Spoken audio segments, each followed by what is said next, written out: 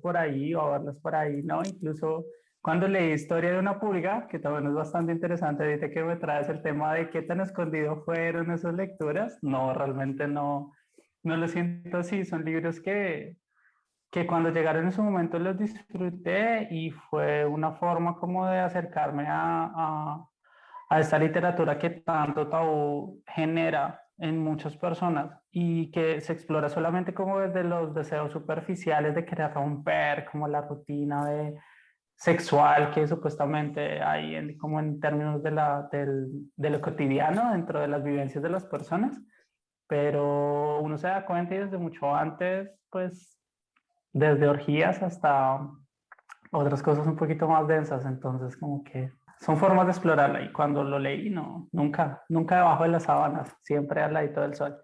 Ay, Nos me gusta que nos encanta, me vean, hay encanta. exhibicionismo en este grupo. Exacto, Hay es una voyerismo y llama. masoquismo.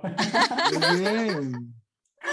Me encanta, me encanta. Bueno, Edwin dijo muchas cosas que me resonaron mucho conmigo, que intentaré retomar. Por ejemplo, algo que me llamó la atención es lo de Flaubert y es lo de lo erótico en Madame Bovary. O Que sea, yo dijo que leí no le Madame gustaba Bovary. Flaubert, perdón. Había Sí, A dicho que mí no le nunca gustaba sí, me Flaubert. gustó, En el a mí capítulo pasado dijo pero que no. Flaubert ese pasaba. libro, Tal cual. Ese libro es, bueno, en fin, nada, yo sigo diciendo que ahí vamos. que no, no, no es fan, no, no importa. toca leerlo, pero no Sí, soy tengo que fan. leerlo.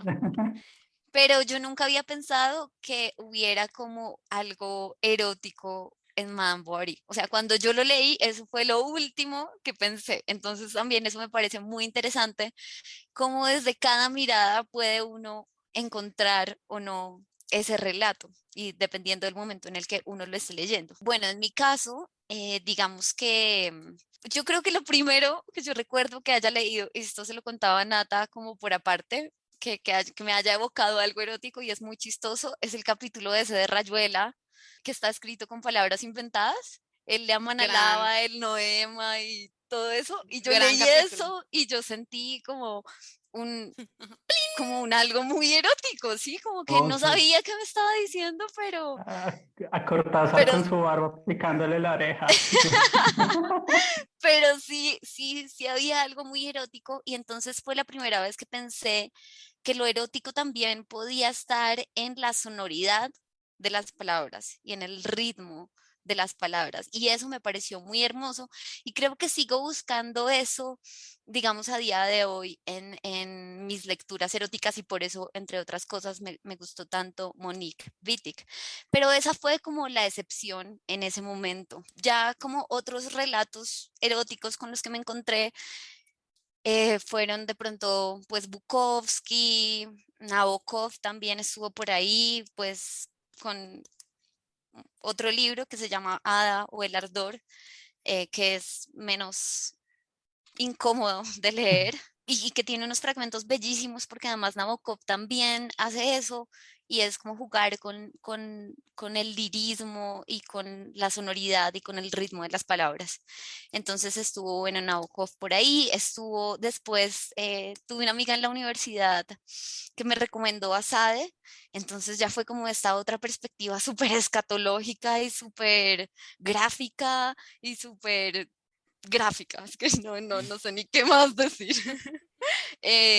Pero también era como un poco denso leerlo, porque pues si bien era interesante y yo andaba en esa búsqueda de cosas que nombraran ese tabú y que nombraran el cuerpo, pues también estaba como la manera de presentar, por ejemplo, el personaje femenino y las mujeres, y me hacía pensar como cuál es el papel en esos relatos de lo erótico pues es una cosa pasiva y las mujeres ahí todas objetivizadas.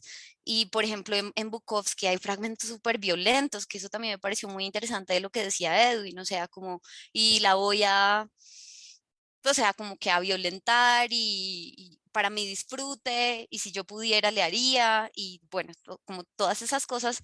Entonces yo siento que lo erótico siempre estuvo marcado por una pregunta de cómo se relaciona mi cuerpo femenino con lo erótico, dónde está escrito mi manera de sentir el placer y pues como una mujer digamos, lesbiana también, ¿dónde encuentro esos relatos? Y ahí empieza como una búsqueda incansable. Luego me encuentro como con estos libros de La sonrisa vertical, que yo creo que fueron bastante reveladores y esas sí fueron un poco lecturas a escondidas. Una ahí como tapándole el lomo al libro para que no se viera que era La Y sonrisa además todos los vertical. libros rosados, con Sí, ese era rosa, o difícil, sea, ¿no? era visible. Pero entonces sí, digamos que lo erótico está marcado por esa pregunta de cómo nos dibujan, cómo se dibuja el placer desde las diferentes perspectivas. Y bueno, esas fueron un poco como las lecturas iniciales.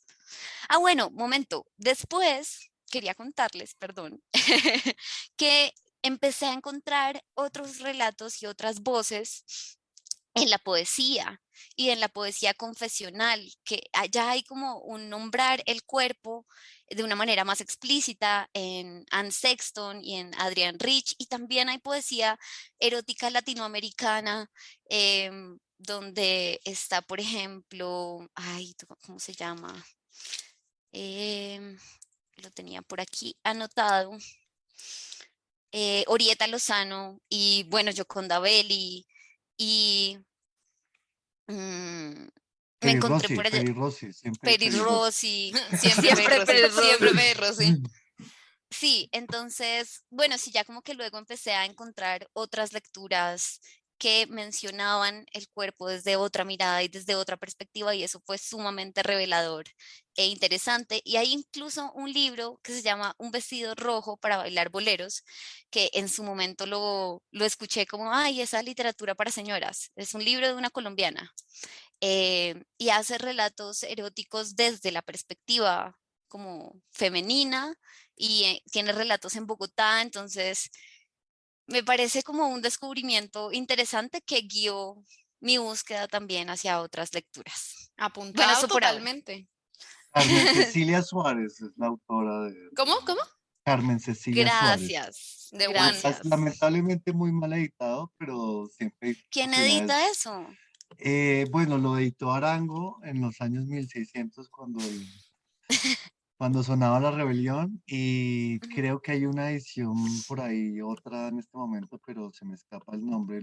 Habría que irle a la colección de literatura escrita por mujeres que sacaron recientemente que la tuviera en cuenta también para... Sí, sí, también valdría la pena. Fue interesante, fue bien interesante. Además, porque pues yo era una adolescente, entonces era la primera vez que leía algo desde la perspectiva de una mujer, además colombiana, en Bogotá, bohemia. Bueno, fue lindo. Bueno, bastante interesante todas estas perspectivas que hemos podido recoger con respecto a nuestros inicios dentro del campo de lo erótico.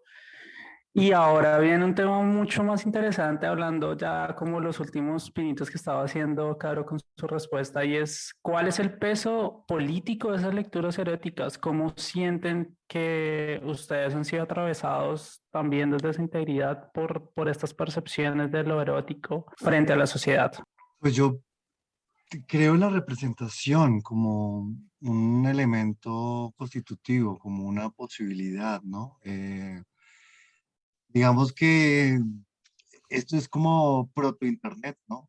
Pensamos que, digamos, a comienzos del siglo XX el internet todavía funcionaba por teléfono y digamos que acceder a ciertos contenidos y a ciertas formas no era tan fácil.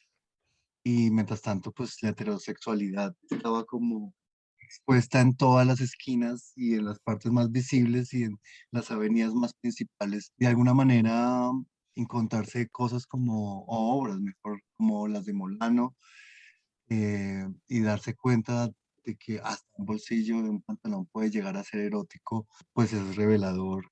Pienso en la sonoridad de Girondo y ese poema 12 o 22, todo lleno de comas, donde al final literalmente se queda uno sin aire, ¿no? Es como una cosa así. Hermoso. Es un poco adolescente también, pero es No lindo. importa. Es Y creo lindo. que está muy bien justamente toparse con ese tipo de escritores en ese proceso también como de ver cómo uno empieza a desear y qué es lo que quiere desear y con qué termina interactuando. Y de alguna manera eso tiene que ver justamente con la posibilidad de escoger, vivir, sentir, no necesariamente dentro de un esquema tradicional. Creo que también en últimas, y ahí me sumo a Caro, descubrir ciertas voces y ciertas escrituras le dan lugar a otras formas del deseo que no es simplemente la pasividad de un cuerpo que se deja desear y se deja someter y entonces está, digamos, puesto al disfrute de un tercero, sino empezar a encontrar autoras como Despendes, por ejemplo, que te manifiestan otra forma de pronto de desear que no necesariamente está supeditada a pues un hombre que quiere contigo. Y en ese sentido, la literatura en general, como una forma de expresión o un arte, si se quiere, pues permite eso, o no quedarse en una sola imagen o una sola idea. Creo que quitamos tabúes cuando leemos ciertos autores y ciertas obras, ¿no? Por supuesto, habría que pensar en Las amistades peligrosas, que fue censurada en su momento, Pedro Arias no, sino Pedro Juan Gutiérrez, que desde Cuba narra un montón de imágenes y por supuesto celebro y aprovecho para hablar de esto antes que anochezca 30 años de primera vez y otra vez en las mesas de novedades, como si fuera una novedad de alguna manera, pero es esta novela que de alguna manera le dice a Fidel, usted que nos veta el sexo y nosotros que follamos en todas las esquinas, y empieza a narrar todos esos encuentros furtivos, como también lo hace el MB, por supuesto. Me encanta todo lo que dices, Carlos. Yo creo que también pones ahí sobre la mesa muchos de mis sentimientos y de mis sentidos frente a lo erótico. Creo mucho en esto que mencionas de la representación, de las diversas maneras de relacionarse con el cuerpo, de relacionarse con el placer, de relacionarse con la sexualidad. Pero además, algo que me pareció muy bonito, que me dijo una persona hace muy poco, hablando de otra cosa, hablando como de sustancias en la literatura, era como que permitía sentir cosas que de pronto uno no va a experimentar en la vida real, por así decirlo. Y lo traigo a este capítulo de lo erótico y a lo que mencionas de la representación, porque siento que al leer esos relatos no solo podemos ver la representación de otros grupos, de otras perspectivas, sino que también podemos como sentir de otras maneras lo erótico y darnos cuenta que no todo el mundo percibe lo erótico y percibe la sensualidad y percibe la sexualidad desde la misma esquina. Entonces siento que es algo que puede amplificar mucho nuestra propia relación con el placer y con nuestros cuerpos. Eso como por un lado. Por otro lado, siento que hay algo como muy, pues, revolucionario teniendo presente también lo que Carlos mencionaba, por ejemplo, frente a la censura. Entonces hay algo muy subversivo en como quitarse ese filtro de la moral de que de eso no se habla, o ese filtro de la religión de que de eso no se habla, o de incluso de la filosofía de que de eso no se habla y del cuerpo no se habla, y quitarse como esa división entre el cuerpo y el pensamiento.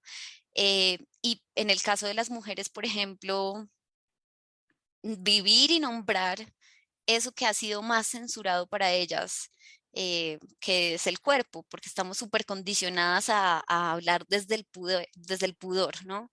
A que no se muestre el cuerpo, a que se oculte, a que no se provoque, a que no se sienta, porque pues es pecado. Entonces, pues me parece muy interesante ese poder de nombrarlo, de leerse y de al leerse decir, fue madre, yo tengo un cuerpo, yo tengo una experiencia erótica, yo tengo, esto me habita también a mí, es algo que me quitaron y es algo que me habita también a mí.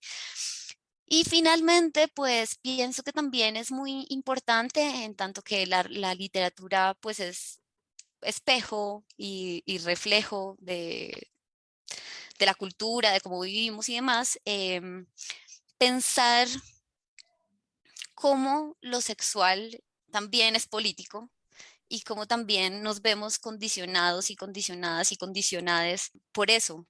Entonces, por ejemplo, aquí quiero traer a colación el tiempo de las Amazonas, que no es Mm. un libro que esté hablando todo el tiempo